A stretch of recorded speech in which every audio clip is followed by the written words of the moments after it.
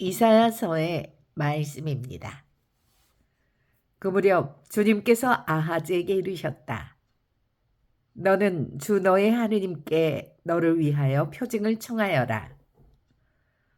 저 저승 깊은 곳에 있는 것이든 저 위 높은 곳에 있는 것이든 아무 것이나 청하여라. 아하즈가 대답하였다. 저는 청하지 않겠습니다. 그리고 주님을 시험하지 않으렵니다. 그러자 이사야가 말하였다. 다윗 왕실은 잘 들으십시오. 여러분은 사람들을 성가시게 하는 것으로는 부족하여 나의 하느님까지 성가시게 하려 합니까? 그러므로 주님께서 몸소 여러분에게 표징을 주실 것입니다. 보십시오.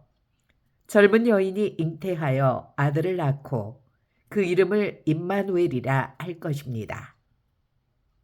주님의 말씀입니다. 네. 12월 20일 수요일 제1독서 이사야서의 말씀 7장 10절부터 14절입니다. 매일 미사책 106쪽입니다. 우리가 낭독을 할 때 말씀을 잘 전달하기 위해서 우리는 독서 봉사자로서의 사명을 갖고 독서대에 오릅니다. 그렇죠? 그래서 어떻게 하면 내가 이렇게 낭독하는 말씀을 우리 신자분들께서 잘 들으실 수 있을까? 잘 알아들을 수 있을까? 이게 기본적인 마음의 자세 그리고 태도가 돼야 할 것입니다. 그래서 여기 11절 볼게요. 너는 주 너의 하느님께 너를 위하여 표징을 청하여라 하고 나서 저승 깊은 곳에 있는 것이든 여기는요 대충 읽어버린다면 저승 깊은 곳에 있는 것이든 이렇게 하는 분들이 꽤 많아요. 저승 깊은 곳에 있는 것이든 이때 끊어 읽기가 필요합니다. 어떻게 끊어 읽을까요? 저승 깊은 곳에 있는 것이든 저승 이렇게 이 저라는 관형사죠. 여기에서 관형사란 말이에요. 이 저는 말하는 사람하고 듣는 사람하고 부터 멀리 떨어져 있는 대상을 가리킬 때 쓰는 말, 관형사 저. 이 말 같은 경우는 한자잖아요, 글자가. 그리고 여기는 두자잖아요. 한자, 두자면 사람들이 붙여버리고 싶어하는 그런 습성이 있어요. 저승 깊은 곳에.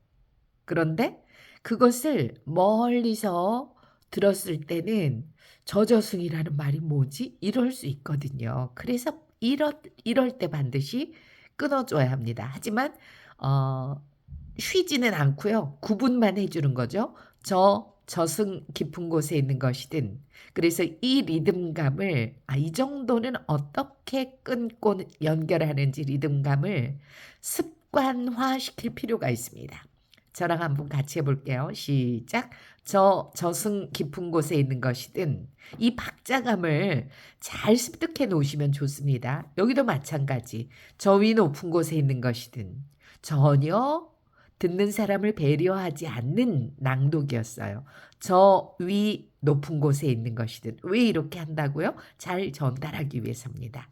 저 위 그러나 저 위 이건 아니라는 거 이제 충분히 이해되시죠? 저 위 높은 곳에 있는 것이든 아무 것이나 청하여라. 자, 이 문장은 크게는 요렇게 구분이 됩니다. 큰 꾸러미는 저 위 높은 곳에 있는 것이든 구분해주고 여기서는 한숨 쉬겠죠? 아무 것이나 청하여라. 그런데 이 소 단위로 저 위 높은 곳에 있는 것이든 아무 것이나 청하여라. 그런데 여기서는 쉬어줄 필요까지는 없고요. 아무 것이나 청하여라지 아무 것이나 청하여라. 나청이 붙어있질 않는다는 거죠. 자, 그런 기본적인 이해를 가지고 낭독을 한다면 어떤 상황에서도 잘할 수 있을 겁니다. 자, 여기 14절도 제가 표시해 놓은 것처럼 그러므로 주님께서 몸소 여러분에게 여기도 짧은 문장이지만 그러므로 주님께서 몸소 여러분에게 이거하고는 다르다는 거죠. 그러므로 주님께서 몸소 여러분에게 한숨 푹 쉬는 거하고는 또 다릅니다. 표징을 주실 것입니다. 이렇게 낭독하시면 되겠습니다. 오늘도 평화를 빕니다.